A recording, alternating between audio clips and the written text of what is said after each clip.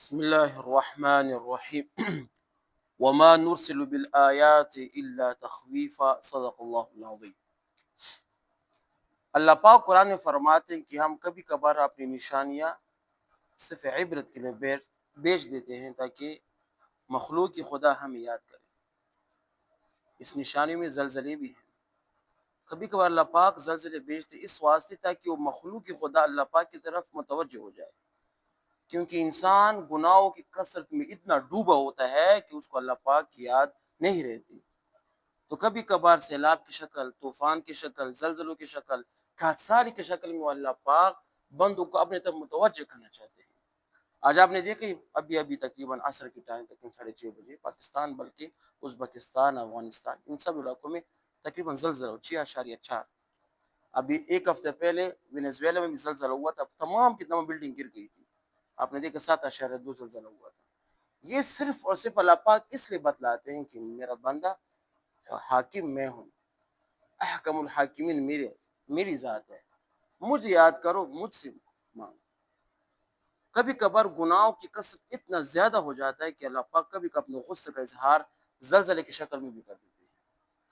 تو اب زلزلہ آج اس ٹائم ہمیں کیا کرنا چاہیے، یہ بات ذہن نشین رکھنی چاہیے۔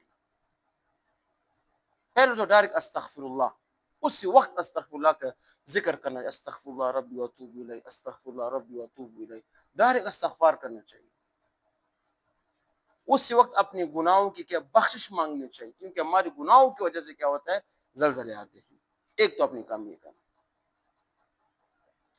دوسرا، اگر ٹائم ملے نا، جلدی وضو کر کے نوافل کا اہتمام کرنا چاہیے، کیونکہ نفلوں سے بھی اللہ پاک کیا ہوتے ہیں، خوش ہو جاتے ہیں۔ سمجھ آ گئی؟ اس کے بعد کیا کرنا ہے، آپ نے حسبنا اللہ و نعم الوکیل اس کا تکرار بار بار کرنا ہے۔ حسبنا اللہ و نعم الوکیل، یہ تقریباً میں آپ کو اسلامی طریقے بتا رہا ہوں کہ اسلامی طریقے آپ نے کیا کرنا چاہیے۔ ایک تو بھاگنا، یہ بھاگنا اسلامی طریقے نہیں ہے، ٹھیک ہے، بھاگ جاتے لوگ۔ یہ بھاگ اسی وقت اس جگہ پر قرار پکڑو اور استغفر اللہ، حسبنا اللہ و نعم الوکیل، اس کے بعد لا حول ولا قوت الا باللہ۔ یہ کچھ اذکار آپ نے کرنے ہیں، آپ نے بس اللہ تعالیٰ کی طرف متوجہ ہو جانا ہے، آپ کا کام یہی ہے۔ ابھی ایک ہوتے مسلمان اور کی سوچ، ایک ہوتے کافر کی سوچ۔ کافر تو اللہ پاک کی ذات پر یقین ہی نہیں رکھتا، مسلمان تو یقین رکھتا ہے نا، وہ سوچے کہ یہ زلزلہ کیوں آیا ہے۔ تو جب انسان سوچتا ہے تو اس کے مطابق کیا ہوتا ہے، پھر اس کو خود ہی پتہ چلتا ہے کہ آج کل مسلمان جتنے گناہوں میں ڈوبے ہوئے ہیں نا، جتنے گناہوں میں وہ ڈوبے ہوئے ہیں نا، اس سے پہلے ہم نے کبھی بھی اپنے زمانے میں نہیں دیکھا۔ پہلے زمانے میں ہم یہ سنتے تھے کہ چلو مرد حضرات ہے، آج کل تو عورتیں بھی مرد سے بھی آگے ہیں۔ جب عورتیں نے پردہ کرنا چھوڑ دیا تو سرگودا والے واقعات ہر جگہ ہوں گے۔ سمجھ آ گئی؟ مرد جب عورتوں نے کیا کہ پردہ کرنا چھوڑ دیا، اپنے ننگے لباس کو سوشل میڈیا میں لا کر لوگوں کو دکھلانا شروع کر دیا، تو سرگودا والے جو واقعات اتنی بار بار ہوں گے، آپ دیکھتے رہ جائیں گے۔ عورتوں کو روکو، عورتوں کو پردہ دلاؤ، اس کو حجاب دلاؤ۔ عورتوں کا اصل حجاب ہے، عورتوں کا اصل اس کا گھر ہے، گھر سے وہ باہر نہ نکلی۔ اللہ کے رسول صلی اللہ علیہ وسلم کی بیوی کو اللہ پاک فرماتے ہیں وَقَرْنَ فِي بُيُوتِكُنْ، یہ ہمارے ماؤں کو ارشاد ہے۔ حضور صلی اللہ علیہ وسلم کی 11 ازواج مطہرات ان کو ارشاد ہے کہ اپنے گھر میں قرار پکڑو۔ وَلَا تَبَرَّجْنَ تَبَرُّجَ الْجَاهِلِيَّةِ الْأُولَىٰ، اور جاہلیت کے زمان کی طرح گھر سے باہر مت لکھو۔ آگے کیا فرماتے وَأَقِمْنَ الصَّلَاةَ وَآتِينَ الزَّكَاةَ، نماز قائم کرو، زکات دو، وَأَطِعْنَ اللَّهَ وَرَسُولَهُ، اللہ اس کے رسول کی اطاعت کرو، إِنَّ اللَّهَ كَانَ غَفُورًا رَحِيمًا، اللہ پاک آپ کے سب گناہ بخش دے گا۔ چار چیزوں کو عورتوں کا حکم ہوا ہے، نماز، زکات، اللہ اس کے رسول کی اطاعت۔ ابھی آ جاؤ اپنے عورتوں کے بارے میں سوچو، کس طرح کرتے ہیں۔ عورتوں نماز میں کتنے کمزور ہیں، زکات عورتیں ادا نہیں کرتی، عورتوں کے پاس اتنا سونا ہوتا ہے پھر بھی زکات ادا نہیں کرتے۔ میں کہتا ہوں آج کے زمانے میں ہر عورت پر زکات فرض ہے، ہر عورت پر زکات فرض، ادا نہیں کرتا۔ کبھی آپ نے سنا کہ عورت نے اللہ اس کے رسول کی اطاعت کی ہو؟ اللہ کی اطاعت کیا ہے؟ اپنی نظروں کی حفاظت کرو، زکات، حج، روزہ، یہ غیر محرم لوگوں کو اپنے گھر میں داخل ہونا مت دو، یہ اللہ اس کے رسول کی اطاعت اب ہم کرتے ہیں۔ عورتیں سب سے جب باپ باہر جاتے عورتیں کیا اوپر ہوتی ہیں نیچے نہیں ہوتی، آپ خود اپنے آپ کو دیکھ رہے ہیں. تو اس وجہ ہمارا معاشرہ خراب ہے. جب معاشرہ خراب ہو جائے تو اس میں گناہوں کی کیا ہوتی ہے کثرت ہوتی ہے. جب گناہوں کی کثرت ہوتی ہے تو اس طرح زلزلہ آئیں گے، ایک نہیں بار بار آئیں گے، بار بار آئیں گے اور ایسے نقصانات کریں گے کہ آپ اس کو تحمین کبھی بھی نہیں کر سکو گے. اس کا زندہ مثال 2008 میں بالاکوٹ کا زلزلہ، میں نے اپنے آنکھوں سے زلزلہ دیکھا ہے. بالاکوٹ کا 2008 میں زلزلہ جتنا تھا اس کی زمین ایسی ہل رہی تھی، ہم اسکول میں تھے ایسے ہل رہی تھی، میں 8 کلاس میں پڑھتا ایسے ہل رہی تھی. 1 لاکھ تک افراد اس بالاکوٹ کے زلزلے میں اللہ پاک نے کیا کر دی دنیا سے چلے گئے. 1 لاکھ تک. بالاکوٹ، اسلام آباد، راولا کوٹ، بہت سے علاقوں کو تباہ و برباد کر دیا. کیوں؟ گناہوں کی کثرت. تو اپنی گناہوں پر اپنی ندامت کرنی ہے، استغفار کرنا ہے، اللہ پاک سے آج رات 2 رکعت نفل پڑھ کے اے اللہ ہماری توبہ، ہماری توبہ.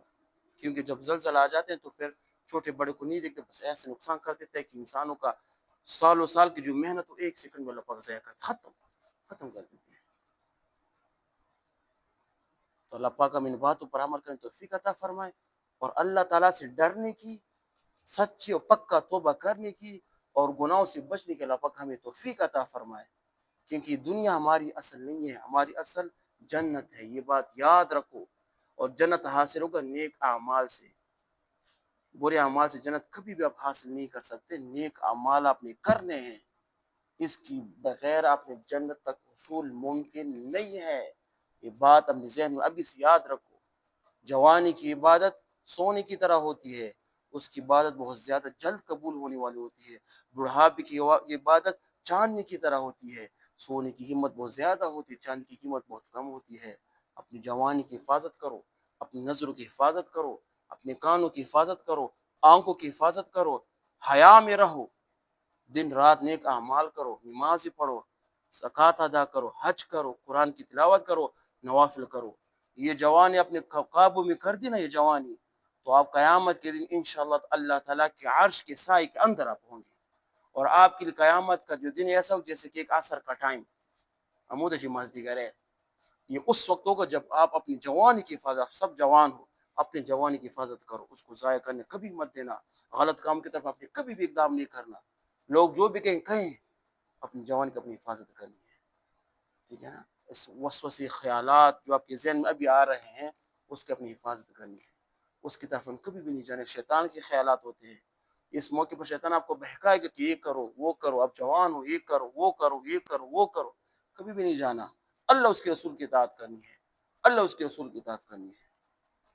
آپ کے اللہ کے رسول نے فرمایا یا معاشر الشباب، اے جوانوں کی گروہ. آپ کے اللہ کے رسول نے یہ الفاظ استعمال کیا، یا معاشر الشباب، اے جوانوں کی جماعت. اپنی جوان کی حفاظت کرنی ہے. سمجھ آ گئی؟ سب نے حفاظت کرنی ہے. ہماری زندگی تو گزر چکی ہے، اب آپ جوان تو نہیں ہے نا، آپ نے حفاظت کرنی ہے، آپ لوگوں نے حفاظت کرنی ہے. ٹھیک ہے نا؟ ہم نے جس طرح گزاری ہو تو ہم قیامت کے اللہ پاک کو جواب دیں گے.